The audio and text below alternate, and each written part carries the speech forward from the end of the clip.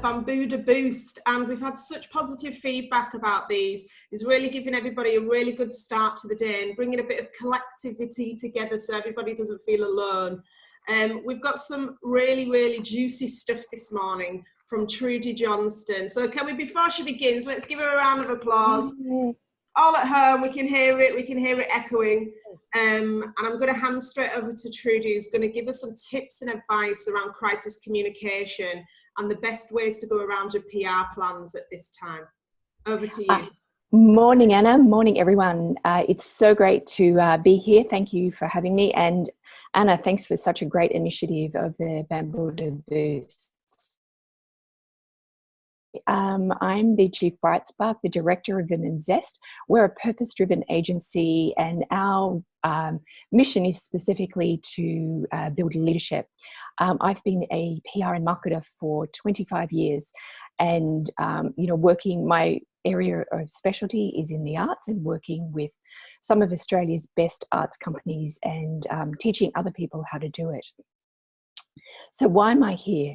We're here, I'm here to support, we're all in this together, and I firmly believe that we can really move forward and co-create a world that is much better. And additionally, as well as my professional achievements, I'm a grandmother. My husband and I have 5 grandchildren under 5, and so we are together with my team doing everything we can to work to live a world that is much better for them.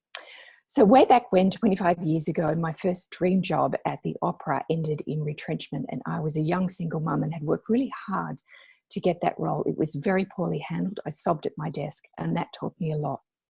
It taught me a lot about communications, and it taught me a lot about empathy. And if there's something that I can show you today, is to help that doesn't happen again.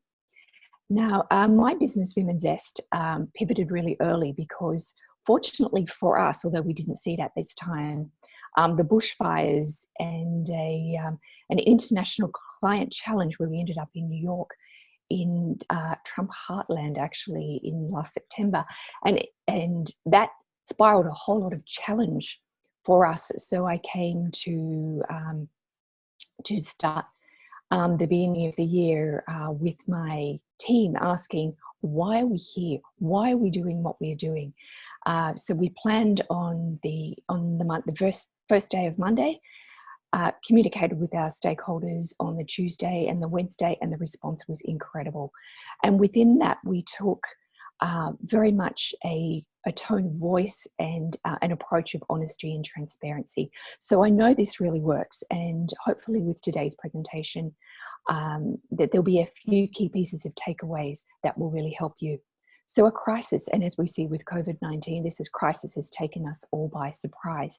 How we handle it shouldn't be. So with this workshop, I want to talk about protecting your brand reputation, number 1, building employee and stakeholder trust, number 2, and navigating the media and social media.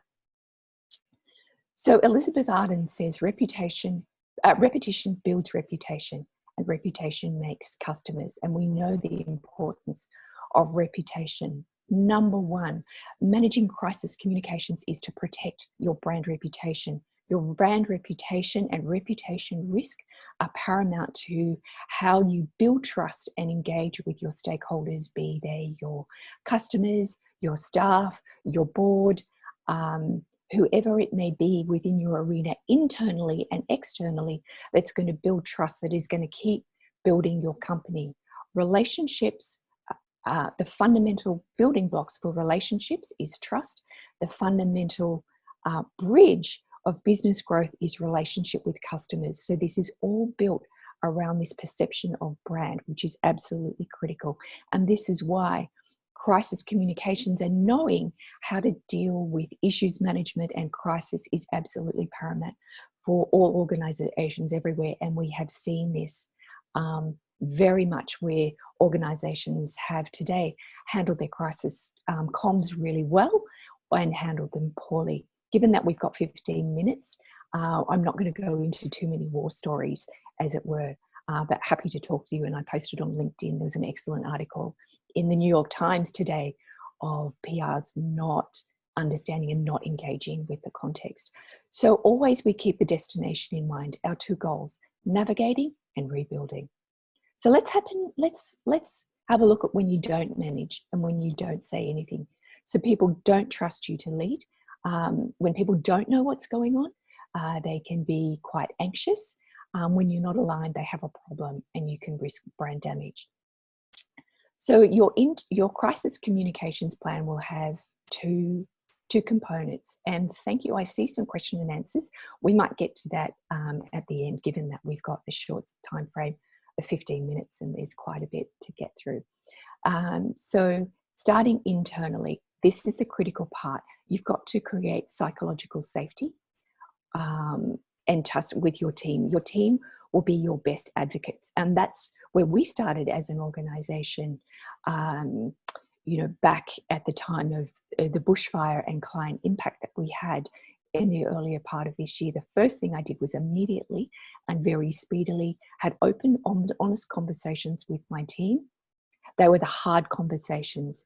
I didn't gild the lily. I didn't sugarcoat. It was like, this is how it is. This is what I see. This is how I'm navigating known information and unknown information. And we see that today, so much of COVID-19 in business workings and relationship and finance and all of the different levers and the different points that we need to pivot with are needing to work with that interrelated known and unknown information. So getting your team on side, first of all, your internal communications is number one component. So the employee communication, so employees, staff, volunteers, stakeholders, using the HEAT solution. First of all, hearing them out. Secondly, showing empathy, trying to be in their shoes, understand what they're feeling. 3, apologize, even if it's not their fault, saying you're sorry for how they're actually feeling.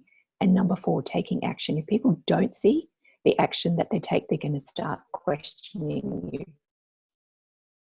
So, and the problem with the real risk with not getting your internal communications is that your internal people will go on social, will go on media. So they will be your best advocates, or they could be part of the problem. So you want to get them on side.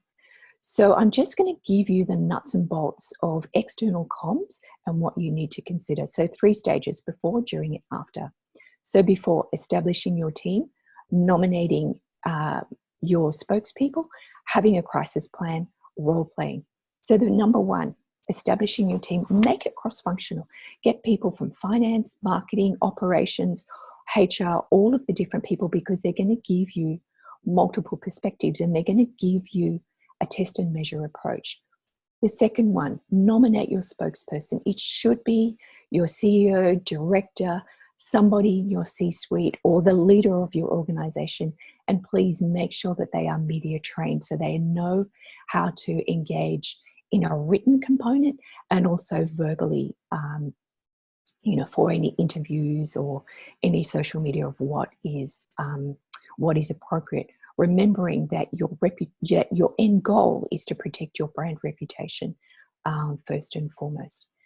The third thing is to have your PR and social media crisis planned. And what we see in many organizations at this moment with COVID-19, with the stock market, financial market free fall, people have been caught so unaware that there has been no time for planning.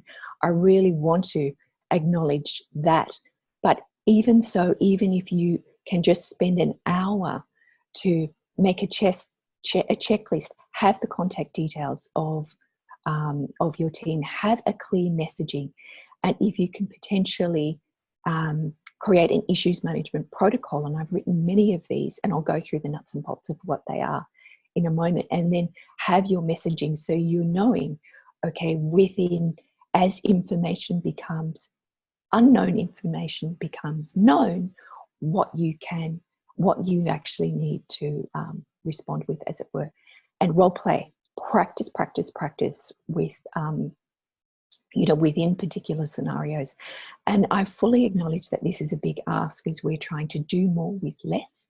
Many businesses are pivoting with less resources that they have, but getting this right And protecting your brand is going to give you the traction of the long play, which is what you want. So during the second stage of during the crisis, try to remain calm, be speedy and factual in all of your responses. Check your information sources. If you don't know information that has come to hand, be honest with that. Say so. For example, last night we had the JobKeeper passed. We don't know all of the details yet. So speak to what is known, particularly internally with your staff. Keep them on board. So that shows the leadership, and be fully cognizant and open about what is unknown. And then you can develop holding statements to that. We are doing our best to create an emergency plan for XYZ. Stay tuned with us on all of our our various communication channels, and we will advise you of when that knowledge is known. So good leadership comes from a correct assessment of what is happening. What's the context? Context, timing, and controversy drives the news cycle categorically, and that's where we see PR excel, because it's able to interact in a timely manner with the news cycle, or fail and inadvertently create more problems. During, formulate your response. Speed is critical. Fast, honest, and transparent.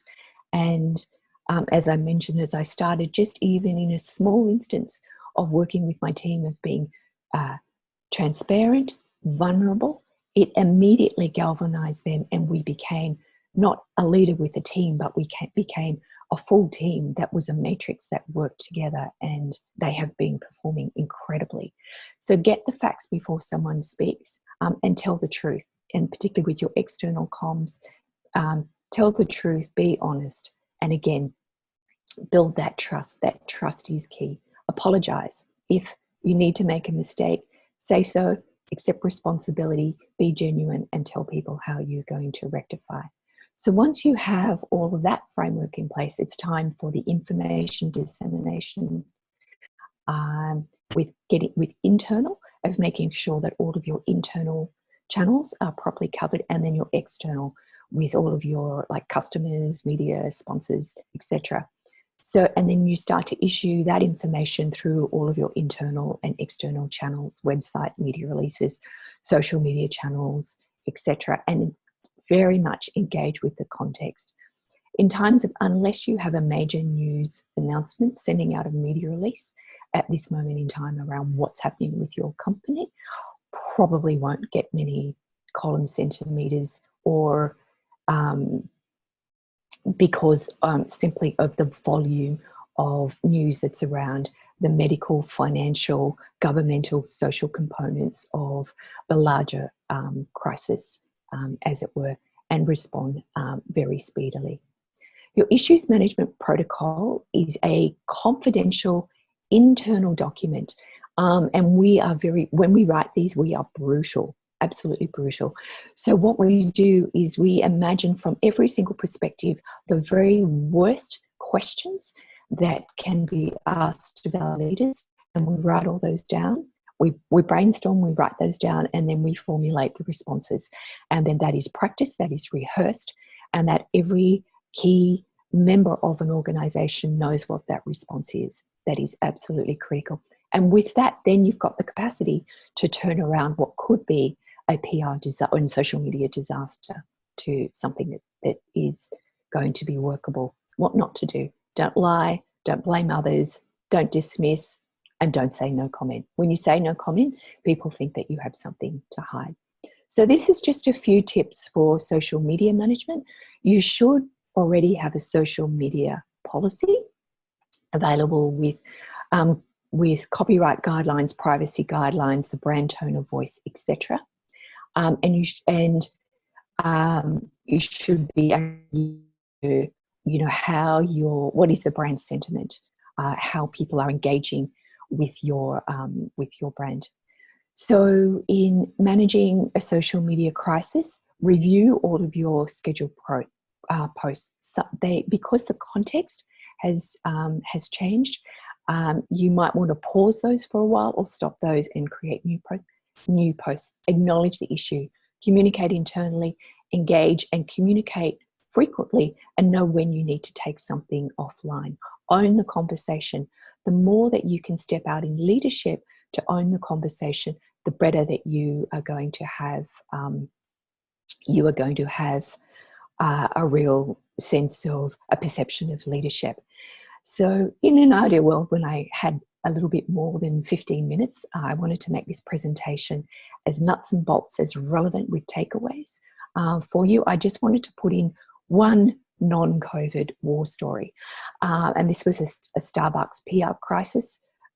Two African-American men sitting at a table innocently waiting for their colleagues for a meeting. The staff panicked. They called the police. The police took them away. That was captured on video from a customer. That was tweeted. The PR and social media that went viral, it was absolutely disastrous. How Starbucks responded to that was excellent. The CEO stepped in and closed all of the 8,000 branches. The staff were given trading. They issued apology. They spoke to the men who were offended, and they communicated with the public very much around the reality of what happened and what they were doing it. So often with a crisis or an issues, often you will see how the company responds is actually far more compelling and more beneficial for the brand than actually the crisis itself. So you certainly can use a crisis for a brand redemption, exercise, as it were. So after the crisis, monitor and analyze what's worked, what didn't, what did the teams do and what didn't. You could come through a second loop of crisis. Make sure that all of your activities are set up for that. And review your brand reputation. So what are the learnings? How are you going to recover and repair? COVID-19 has changed our world. We are fast moving into a new normal. We are in a landscape where we don't yet know. What we are seeing is that out of disasters and challenges, new opportunities emerge. So within this, go well. Thank you for having me. If you've got any questions, be so delighted to help you after this question time here. Thank you, Anna. Thank you very much, Trudy. That was super, super helpful. And we do have a couple of questions that have come through from Claire Singleton. Hello, Claire. Can we get the Elizabeth Arden quote again? It's so simple, yet powerful. Mm-hmm. I think you're about to, it's repetition builds reputation. And reputation, it's just gone. It's on the slides, and I think Anna's going to send the slides. Awesome. And we're also recording all of these sessions, so they'll be on our website from next week, so you can always go back through and have a look. But yeah, we'll make sure you get that, Claire. And then from Esther Coleman, if you had to choose an organisation that has responded really well, and I know you've just given an example there, to COVID, who would that be and why? Oh gosh, there is some. I think Atlassian was really well, and it did really well because it responded early. It really took the lead around what it was doing. Its first and foremost was we're protecting our employees, and then it started to engage with governments and policymakers around how they could work together. So that would be a very good example. Awesome. Lovely. Do we have any final questions before we finish our boost for today? Anyone? It's your last chance window.